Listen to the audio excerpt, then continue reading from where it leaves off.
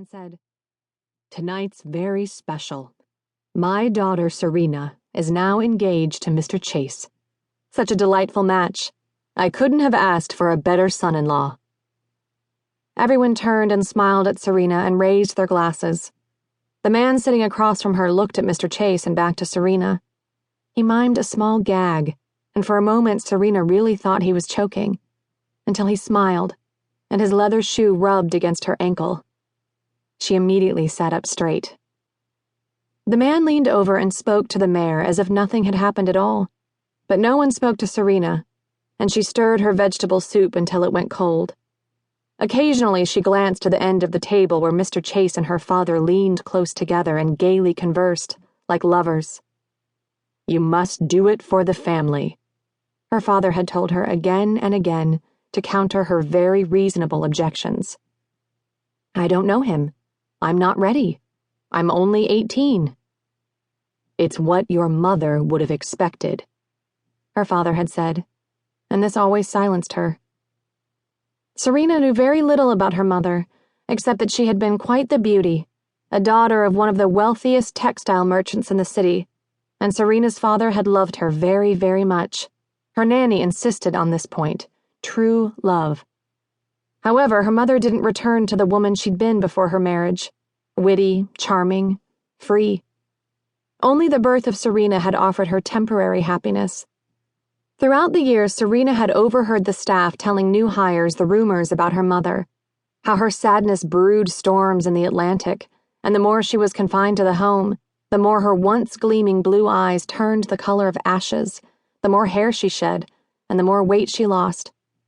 Until a doctor promised Serena's heartbroken father that the only cure was temporary bed rest in Connecticut, and temporary became 10 years.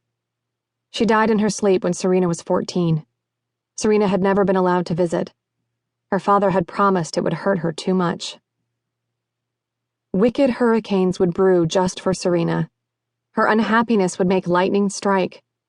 Though her father had fallen madly in love with her mother, Serena wasn't convinced her mother would have wanted this kind of marriage for her, not if it felt like this. During a main course of lamb medallions and a red wine and rosemary reduction, Serena's foot found its way into the pant cuff of the blond man. Their feet caressed for a brief moment before her father called upon him. "Dr. Alex Danner," her father said in his booming baritone voice. "Please tell us of those wild adventures of yours."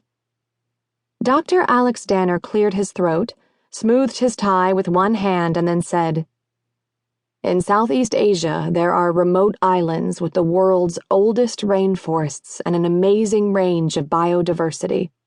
Much like the Amazon, which most of you are familiar with, I assume." He had captured the full table's attention, especially Serena's. "There's an English-speaking community in Borneo and Sumatra now, as those islands are referred to, and my company's offered to send me there to study the flora," he said. His cheeks reddened, and his voice grew louder. "And to discover, at least we hope, cures for the maladies of our times. Tuberculosis and malaria, chiefly." "Is it a dangerous place?" Mrs. Bart said. "Yes, ma'am, I suppose it is." Alex smiled and added, "Tigers frighten me most." "I should say so." Mrs. Bartz fanned herself with a linen napkin. "What do you most want to see there?" Mr. Chase said, and Serena cringed.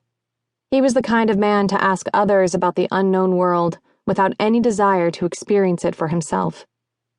Alex said, "Orangutans in their nests. They build them so high in the forest canopy, they can be rather hard to spot. Dragonflies, too. More species there than anywhere on Earth. But I assure you, gentlemen, I will not go for sightseeing. I'm convinced those islands hold cures for human diseases, and that mystery is the only one I care about." Of course, her father said. 5 years, is it?" "I will make a return visit for an update then, sir," he said. "Very well," her father said. 5 years. 5 years? Serena glanced at Mr. Chase at the far end of the table, who dabbed at his mouth with his